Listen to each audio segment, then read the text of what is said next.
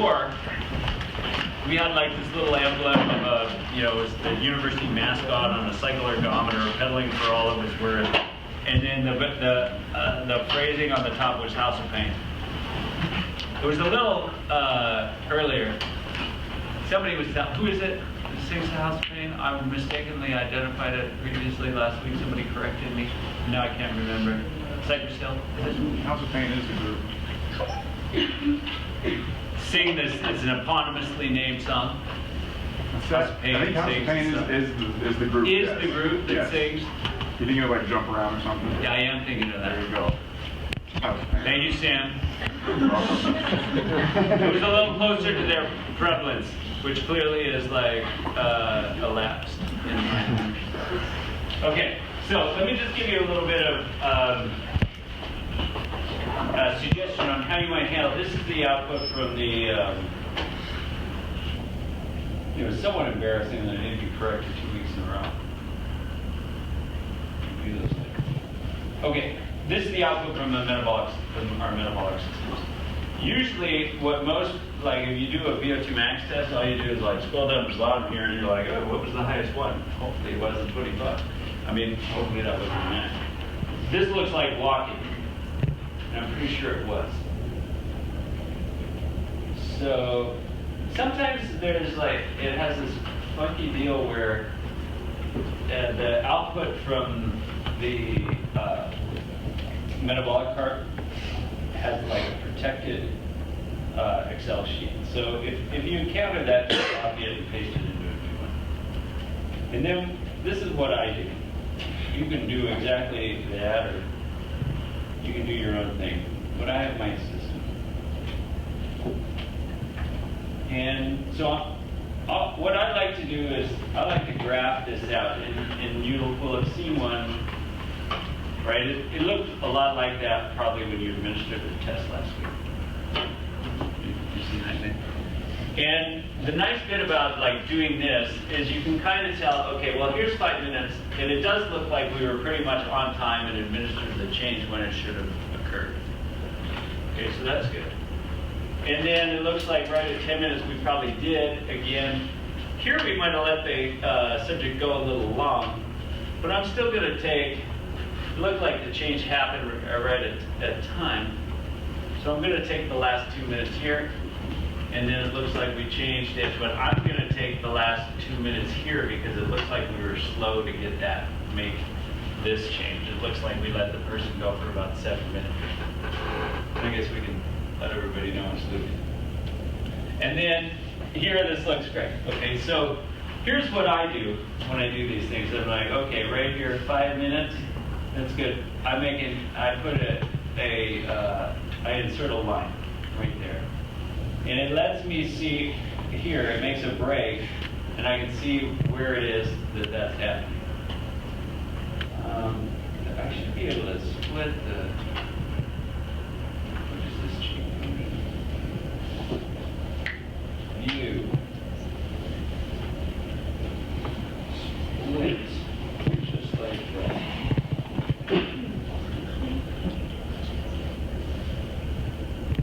Okay, so I'm going to go down here, and I'm going to go down to like right around 10 minutes. I'm going to put another line in there. Okay, that looks great. And so this one I'm going to go a little bit past. We're going to go to about 60 minutes. And you hover the thing here, and that's where I got 60 minutes.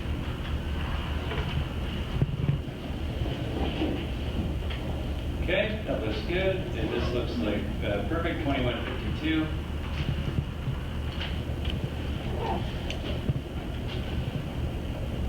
And you're going to see there's a method to my madness.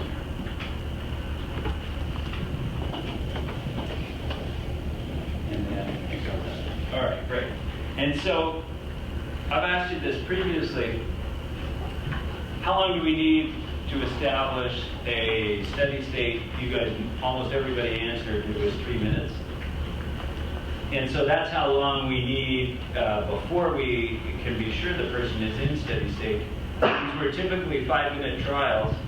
You can see here that we're getting a 15-second output, 5 minutes, 4 3/4, 4 1/2, quarter of a minute, 15 seconds. So we want to have 4 different measures per minute, and we want 2 minutes worth of that. So we want blocks of, whoopsie, but yeah, that's right. We want blocks of 8. Now here's the handy thing, with having gone through and put my little lines in there, all I need to do is that. Because now, like my average of 8 is going to be in the right spot.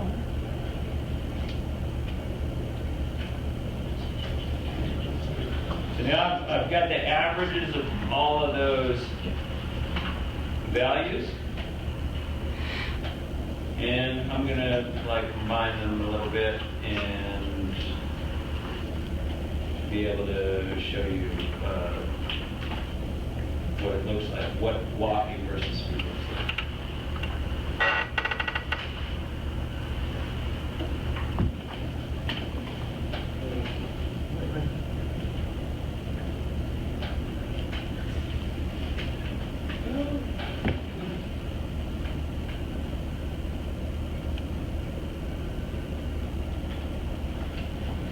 And I think we only did 5 trials, right? So there's 5. So I'm going to guess this was 0.4. Do you guys remember what the order was that we did today?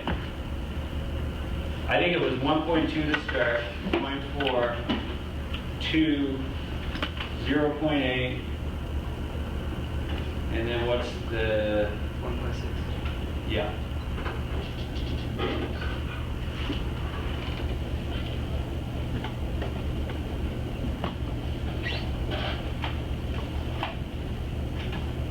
So let's see. Oh, damn! Right on. Perfectly curved. Right. So if we add a thin line, we should do something where it's polynomial line over that. Sweet. Okay. So that looks great. Now the other thing that we've asked you to do is something called the cost of transport, which involves subtraction of rest, which, make life easy on ourselves. We call rest 1 minute. And then you divide that by speed. You're going to have to do a little bit of conversion, like your lab report stuff, before you see that. But it's going to look a little bit like this. So this is a measure of energy per. Looks like we should have had you walk even faster. But for some of the other subjects, 2 is a pretty fast walk. So we get this nice curvilinear relationship, kind of like what we were talking about when we did the gait lecture. I'm not sure. Okay. So it looks good. Yeah, it looks good. And this would be what you call a cost of transport. So the amount of energy necessary not to keep you alive, but only to move. That's why we take out the 1 mass, which is what's needed to keep you alive. Okay. So that's the quick and dirty of how to do it all. I love all the movies that are being shot. I need to make sure I dress appropriately. With my tuxedo. So what do we want for this?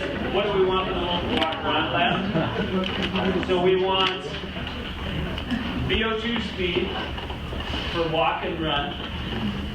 Go ahead and use 2 different symbols for each gait. 1 symbol for each gait, 2 total. And then cost of transport for walk and run. So that's the energetic side of things. VO2.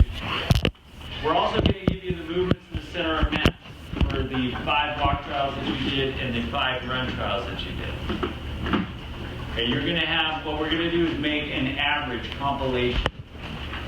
So your subjects gave us maybe 20 seconds worth of steps. We're going to average all that so you have 1 waveform for force and 1 waveform for movements in the center of mass. I'm not going to tell you which ones of those you should graph. You can give us all 10 if you like. That's probably overkill. You can make some like decisions on your own about which ones are the most valuable to illustrate the differences between them.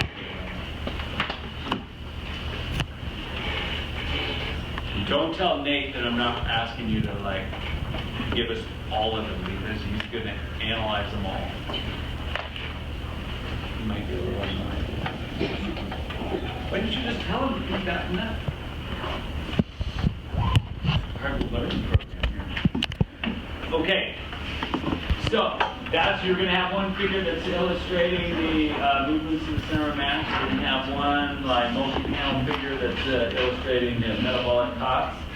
And then you're going to give me like no more than a page write-up of what it all means.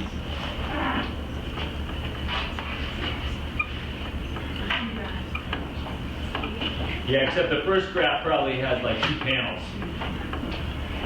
So I often wrap up a lot of figures in the same panel because journals have limits as to how many figures that they'll let you put into a manuscript.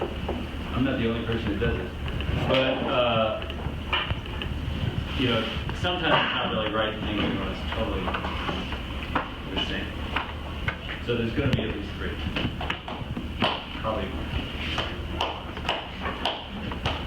Now, with that said, that's kind of a bigger undertaking.